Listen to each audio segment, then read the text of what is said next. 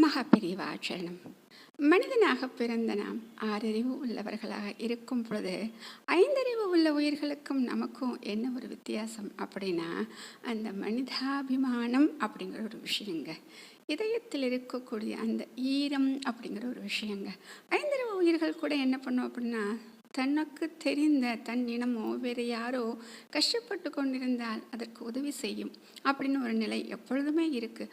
ஆனால் நாம் இன்று இன்னும் நாகரிகம் ஆக ஆக அது இன்னும் தொலைந்து கொண்டே இருக்கிறதோ அப்படின்னு தான் நமக்கு தோணும்.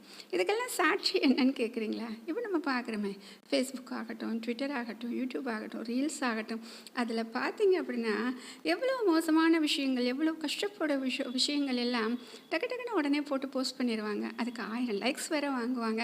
அதில் ஃபஸ்ட்டு யார் போட்டாங்க, அதில் யார் எத்தனை லைக்ஸ் வாங்கினாங்க, அப்படி ஒரு ட்ரெண்டு போய்கிட்டே இருக்குது. அதையெல்லாம் பார்க்கும் பொழுது அந்த கஷ்டப்படக்கூடிய மனிதர்களுக்கு நாம் என்ன உதவி செய்தோம், அவர்களுக்கு நம்மால் என்ன உதவி செய்ய முடிந்தது அப்படின்னு நம்ம யோசித்தோம் அப்படின்னா, அது அப்படி யோசிக்கிற விஷயமாகவே யாருக்கும் தெரியாமையே போயிடுது. இன்றைக்கி இதை பற்றினா அடுத்து புதுசாக நாளைக்கு ஒன்று வந்துடும். அப்படி புதுசு புதுசாக நம்ம அதை கடந்து போய்கிட்டே இருக்கும். இதுக்கு ஒரு எடுத்துக்காட்டு சொல்லணும் அப்படின்னா, அந்த காலத்தில் சவுத் ஆஃப்ரிக்கன் ஃபோட்டோகிராஃபர்ஸ் ஒருத்தர் இருப்பார், கெவின் கேட்டர் அப்படின்னு சொல்லிட்டு. ஒரு நல்ல ஃபோட்டோகிராஃப் அவர் எடுக்கக்கூடியவர்.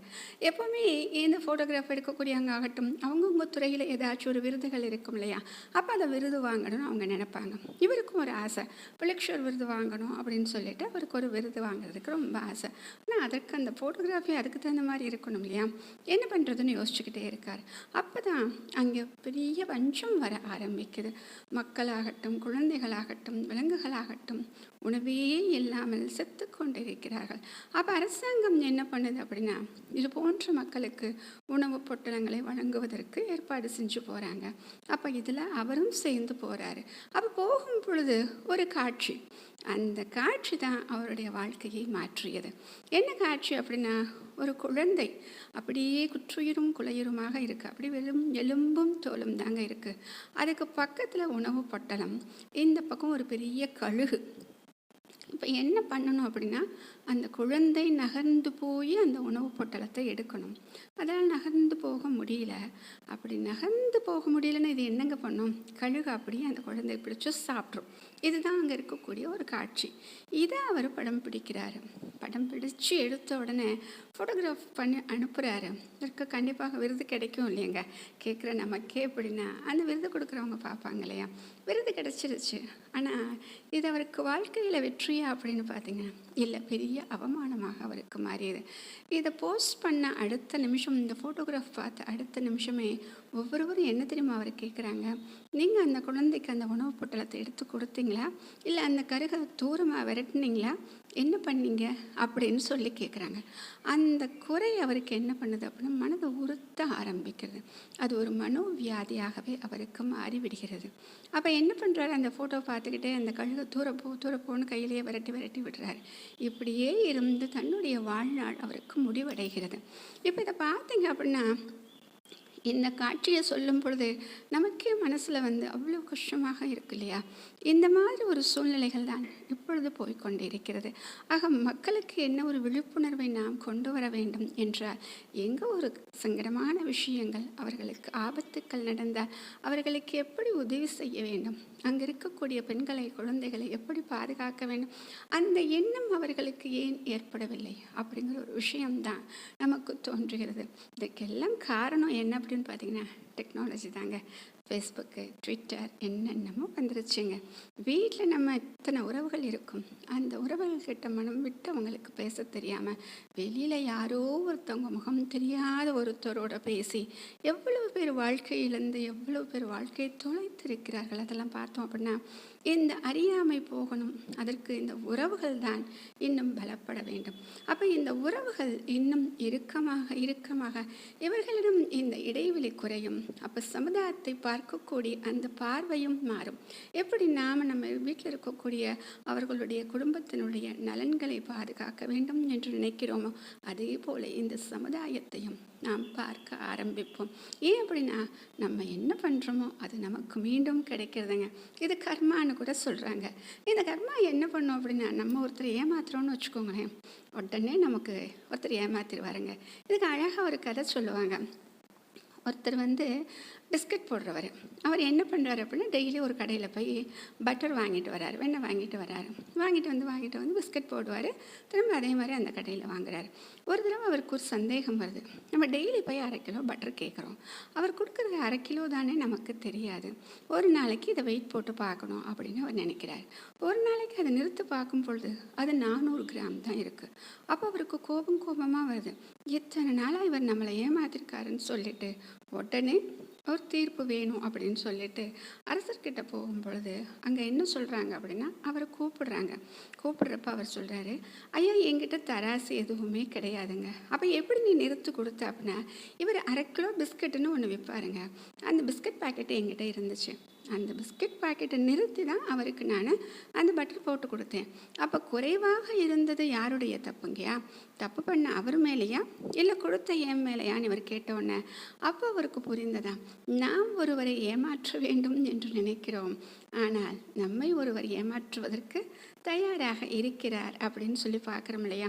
ஆக ஒருவரை ஒருவர் நாம் இப்படி ஏமாற்றி கொண்டிருப்பதில் எந்த ஒரு லாபமும் நமக்கு கிடைக்கப் போவதில்லை. நமக்கு எப்பொழுது தெரிகிறதோ அப்பொழுதுதான் மற்றவர்களுக்கு நன்மை செய்ய ஆரம்பிப்போம். எப்பொழுதுமே நமக்கு எது நன்மை, எது நமக்கு நல்லதோ அதைத்தான் மற்றவர்களுக்கு செய்ய வேண்டும் அப்படின்னு சொல்லுவாங்க. அடுத்தவங்களுக்கு ஒரு நல்ல பொருளை கொடுக்கணுன்னா கூட நம்ம யோசிப்போம். அழகாக இதுக்கு ஒன்று சொல்லுவாங்க, தர்மம் செய்கிறது அப்படின்னு சொல்லிட்டு. தர்மம் அப்படின்னாலே யாருங்க நமக்கு ஞாபகம் வரும்? கர்ணன் என்ன பண்ணுவார்? அள்ளி கொடுப்பார் அப்படின்னு சொல்லுவாங்க. அப்படிப்பட்டவர் என்ன பண்ணுறார் அப்படின்னா, இறந்த பிறகு சொர்க்கலோகத்திற்கு சென்று விடுகிறார். அங்கே போன அவருக்கு அப்படி ஒரு பசி இருக்கான். அவருக்கு ஆச்சரியமாக இருக்குது, நமக்கு இவ்வளோ தர்மம் பண்ணோம், நமக்கு ஏன் இவ்வளோ பசி இருக்குன்னு சொல்லிட்டு கேட்கும் பொழுது அங்கே இருக்கிறவங்க சொல்கிறாங்க, நீங்கள் எல்லா தான தர்மம் பண்ணீங்க, ஆனால் அன்னதானம் பண்ணலை அப்படின்னு சொன்னோன்னே, அப்படியா அப்போ என்ன பண்ணுறது அப்படின்னு சொன்னேன்னா, உங்கள் ஆட்காட்டி விரலை எடுத்து வாயில் வச்சுக்கோங்க, சரியாக போயிடும்னு சொல்கிறாங்க. அவர் வச்சுக்கிட்டாரு, அவரோட பசி காணாமல் போயிடுச்சு. அவருக்கு ஆச்சரியமாக இருந்துச்சு, இது எப்படி சாத்தியம் அப்படின்னு. ஒரு தவிர உங்ககிட்ட ஒருத்தர் அன்னதானம் எங்கே நடக்குதுன்னு கேட்கும் பொழுது அந்த நடக்கக்கூடிய இடத்தை சுட்டி காட்டுறதுக்கு உங்களுடைய ஆள்காட்டி விரலை நீங்கள் காமிச்சிங்க. அந்த ஆள்காட்டி விரல் தான் இப்பொழுது புண்ணியம் செய்ததாக இருக்கிறது, அதுதான் உங்களுடைய பசியை அகற்றியது அப்படின்னு சொல்கிறாங்க. ஆக நம்ம அடுத்தவர்களுக்கு நல்லது செய்யணும், உதவி செய்யணும் அப்படின்னா நம்ம என்ன நினைக்கிறோம் அப்படின்னா, பெரிய பணக்காரர்களாக இருந்தால்தான் அப்படின்னு நம்ம நினைக்கிறோம். அப்படி கிடையாது. நாம் எந்த நிலையில் இருந்தாலும் நமக்கென்று சிலர் இருப்பார்கள். அவர்களை சார்ந்தவர்களிடம் இவளை அறிமுகப்படுத்தினா அவங்களுக்கு ஒரு நல்லது நடக்கும் இல்லையா? இதுக்கு ஒரு அழகாக ஒரு கதை உண்டுங்க. ஒரு பொண்ணுக்கு +2 முடித்தோன்னே படிக்கணும்னு ரொம்ப ஆசை. அங்கே பக்கத்துலேயே கல்லூரி இருக்குது. ஆனால் அந்த கல்லூரியில் ஃபீஸ்லாம் அதிகமாக இருக்கும், உங்களால் கட்ட முடியல. ஆனால் என்ன பண்ணுவாங்க அப்படின்னா, தினமும் காலையில் காலேஜ் ஆரம்பிக்கிறப்ப பார்த்துட்டு போயிடுவாங்க. இதை வாட்ச்மேன் பார்த்துக்கிட்டே இருக்காரு. ஏம்மா டெய்லி பார்த்துட்டு போறியே, ஏம்மா அப்படின்னு கேட்டோன்னே அவர் சொல்லுவாங்களா, அந்த பொண்ணு, எனக்கு படிக்கணுங்கிறது ஆசைங்கய்யா, ஆனால் என்னால் படிக்க முடியாது, எனக்கு அந்தளவுக்கு வசதி இல்லை, அதனால் இவங்களை டெய்லி பார்த்துட்டு போனால் எனக்கு ஒரு சந்தோஷம், நானே ஏதோ படித்து முடித்த மாதிரி எனக்கு சந்தோஷம் அப்படின்னு சொன்னோன்னே அவருக்கு அப்படியே மனசு வேதனையாக இருந்துச்சான். அவரால் ஏதாச்சும் பண்ண முடியுமா, அவருக்கு என்ன வசதி இருக்கா அப்படிலாம் அவர் யோசிச்சாரன்னா கிடையாது. அவருக்கு தெரிஞ்சு கண்டிப்பாக அங்கே இருக்கக்கூடிய வாட்ச்மேன் அப்படின்னா கண்டிப்பாக யாராவது ஒரு ஆசிரியர் இல்லை ஏதாவது ஒரு அலுவலர், ஏதாவது ஒருவருடைய பழக்கம் இருக்கும் இல்லையா? அப்படி இவர் என்ன பண்ணுறாரு அப்படின்னா, ஆஃபீஸ் ரூமுக்கு கூட்டிகிட்டு போகிறாரு. ஐயா இந்த பொண்ணு படிக்கணும்னு நினைக்கிறாங்க, என்ன பண்ணணும்னு எனக்கு தெரியலைங்கய்யா, உங்ககிட்ட கூட்டிகிட்டு வந்தேன் அப்படின்னு சொன்னோன்னே அவர் என்ன பண்ணுறாரு, டீச்சர்ஸ் கிட்ட கூட்டிகிட்டு போங்கன்னு சொல்கிறாங்க. டீச்சர்ஸ் கிட்ட கூப்பிட்டு போனவங்க, எங்களால் ஒன்றும் செய்ய முடியாதுங்கம்மா, நீங்கள் பிரின்ஸிபல்கிட்ட போங்க அப்படின்னு சொல்கிறாங்க. ஸோ பிரின்ஸிபல்கிட்ட போகிறதுக்கு ஒரு அப்பாயின்மெண்ட் நாளும் கிடச்சிருச்சு.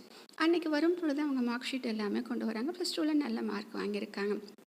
இப்போ அங்கே போனவொடனே அவர் கேட்குறாரு, உனக்கு என்னம்மா வேணும் அப்படின்னு சொன்னோன்னே, எனக்கு படிக்கணுங்கய்யா அப்படின்னு சொன்னேன். சரி அதுக்கு நான் என்ன பண்ணணும் அப்படின்னா, உங்கள் காலேஜ்லேயே எந்த கோர்ஸு ரொம்ப குறைவான கட்டணம் இருக்கோ அதில் என்னை சேர்த்து விடுங்க அப்படின்னு சொல்கிறாங்களாம். ஏதோ ஒரு கோர்ஸ் சொல்லி 3500 தான் வருஷத்துக்கு இதில் சேர்ந்துக்கோ அப்படின்னு சொன்னோன்னா அவங்க ரொம்ப சந்தோஷப்பட்டு வேலையெல்லாம் பார்த்து செஞ்சு கொஞ்சம் கொஞ்சமாக கட்டணும் இல்லையா? அப்போ அவங்க கேட்குறாங்களா, எங்கேயா இதுக்கு இஎம்ஐ இருக்கா அப்படின்னு. நீ எப்படி வேணால் கட்டு, உனக்கு எல்லாமே இது தள்ளுபடி தான், நீ எப்படியோ கட்டி முடிச்சு படித்தா போதும் அப்படின்னு சொன்னோன்னே இவங்க கொஞ்சம் கொஞ்சமாக கட்டி முடிச்சிடுறாங்க. முடித்து படிக்கும் பொழுது என்ன பண்ணுறாங்க அப்படின்னா, ஒரு நிமிஷம் கூட வேஸ்ட் பண்ண மாட்டாங்க. அந்த லைப்ரரியில் ஒரு கம்ப்யூட்டர் இருக்குது, அந்த கம்ப்யூட்டரில் ஆன்லைன் இருக்குது, அதில் பெரிய பெரிய கம்பெனிஸோட இன்டர்வியூஸ் எல்லாமே பார்க்குறாங்க. அப்படி பார்த்துட்டு வரும் பொழுது கடைசி ஆயிடுச்சு. ஒரு பெரிய கம்ப்யூட்டர் கம்பெனி வருது. அந்த கம்பெனி வரும் பொழுது அதில் வேலை பார்க்குறதுக்கு நிறைய பேர் செலெக்ஷன், 4000 பேர் போகிறாங்க. அதில் ஒருத்தர் செலெக்ஷன் ஆகிறாங்க. யாருன்னு பார்த்தா இந்த பொண்ணு தாங்க. இந்த பொண்ணு செலெக்ஷன் ஆனது எப்படி சாத்தியமாச்சுன்னா, அந்த கொஞ்ச நேரம் கூட விடாமல் அந்த கம்ப்யூட்டரில் உட்காந்து படித்து செஞ்சு எல்லாம் புரிஞ்சு இது என்ன பண்ணணும் அது என்ன பண்ணணும் ஒரு நிமிஷம் விடாமல் தன்னுடைய நேரத்தை அப்படி பொன்னாக செலவழித்தால் அவளுக்கு அற்புதமான அந்த வாய்ப்பு கிடைத்தது. இன்றைக்கி அந்த பொண்ணை என்ன பண்ணுறாங்க அப்படின்னா, அதே காலேஜுக்கு 7-8 பேர் தன்னால் முடிஞ்சது அப்படின்னு சொல்லிட்டு மாணவிகளை படிக்க வைக்கிறாள் அப்படின்னு சொல்லிட்டு உண்மையாக நடந்த சம்பவத்தை சொல்கிறாங்க. ஆக உதவி செய்கிறதுக்கு வார்த்தைகள் போதும், எண்ணங்கள் போதும். நம்ம கையில் அந்த பணம் இருந்தால் தான் அவங்களுக்கு உதவி செய்ய முடியும் அப்படிங்கிறது கிடையாது. இது தாங்க அந்த மனித அபிமானம்.